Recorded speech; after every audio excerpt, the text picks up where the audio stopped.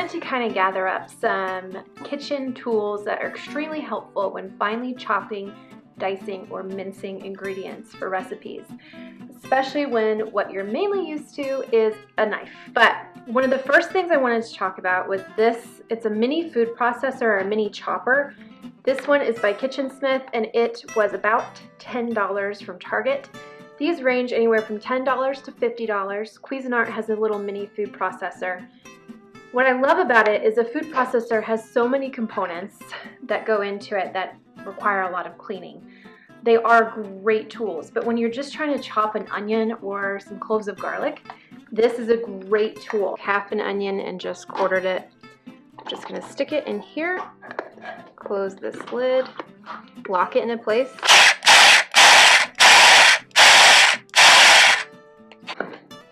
And there you have finely minced onion. You could obviously process it a little bit more to get even more fine of a dice. This works great with herbs and other things like garlic. What it doesn't work well on is flax seeds or spices. For that, you will have to use a coffee grinder or a spice grinder. You can certainly do citrus juices by buying them shelf stable in the grocery store. They have lemon and lime juice, which is actually a really good product. If you want to use fresh citrus, I have a citrus juicer, and this is from Chefin, and I love this one because of these gears right here. Easier on your hands and using your hand strength, and this is a really good option. Again, I'll try and link all of these things below in this video so that you can look them up. But this one I've had for about almost 13 years now, and it has held up extraordinarily well. I use this thing a lot. You always put your citrus flesh side down in a juicer. This works really well with those gears and being able to press down on the hard citrus. This gives you extra leverage. Another tool that I love is a mandolin. This is just a simple handheld mandolin from OXO, and it has a guard with it. It has 3 different settings that you can set it to for thickness of slices. This thing cuts so well, a little too well, so you always want to make sure to use the guard to protect your fingers. I can't tell you how many times I've cut myself by not using the guard. Sometimes with some ingredients it's hard to use the guard. The guard doesn't work well on peppers and that kind of thing, so I'll leave a little bit of room for myself so I don't slice my fingers. But if you wanted to, they have chainmail gloves that you can use that will definitely protect your hands. This is just a great way to slice things, especially hot peppers if you don't want to really touch that, and I can show you how to use it. Put it on, and the guard really just protects your hand from getting cut. And then you have slices of potato or citrus or tomatoes that works really well on.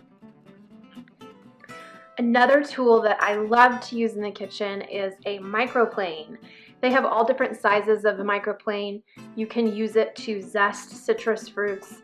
I use these a lot to grate fresh ginger, and with the ginger I grate frozen ginger. I'm going to show you how this microplane works now with a piece of frozen ginger that I've had in my freezer. You don't have to peel the ginger, you just do it on the microplane, and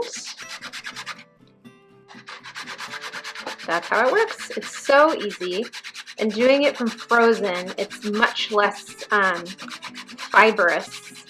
So you see the little fibers in the ginger still get in there, but look at how much you get. It's really easy to do it that way. So this is a microplane. It also does really well with citrus and garlic. There's other options for ginger. You can buy already minced ginger. They have this. This is in the pantry section. It's a shelf stable. It does have to be stored in the refrigerator after you use it, but this is a great option if you don't want to mince your fresh ginger. You can also buy these tubes. This is the Sprouts brand, but they have Gourmet Garden has a brand.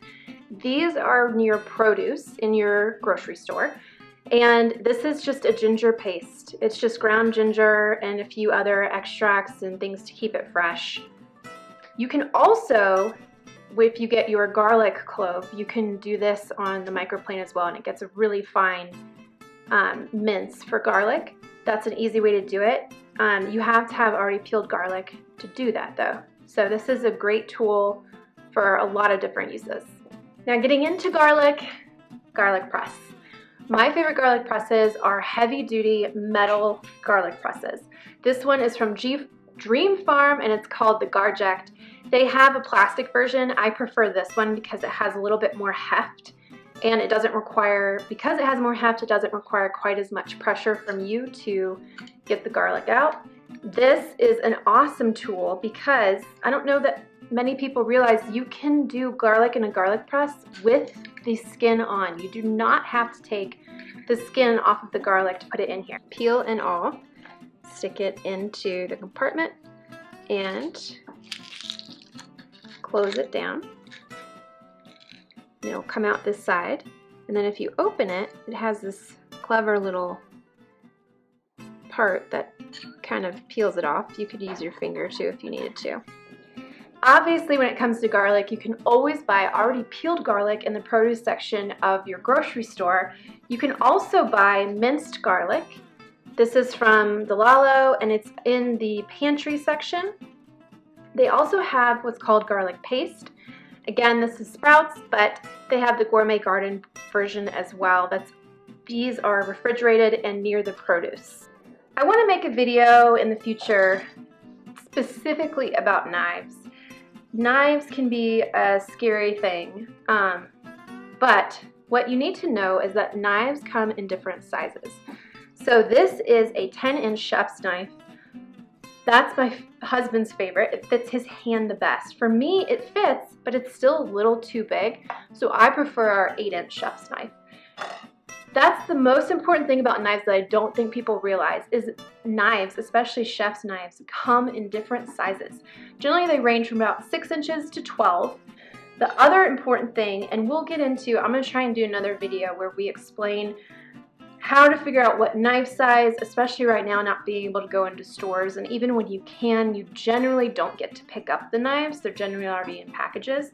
But if you can try out a knife in a store, I highly recommend it, because you may surprise yourself with what you're comfortable with doing with it. But one of the most important things about a knife is a dull knife is a more dangerous knife. It's kind of opposite of what you would think.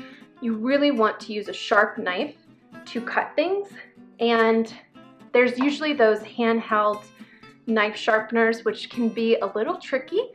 There are these knife sharpeners and you just run the blade through these sections.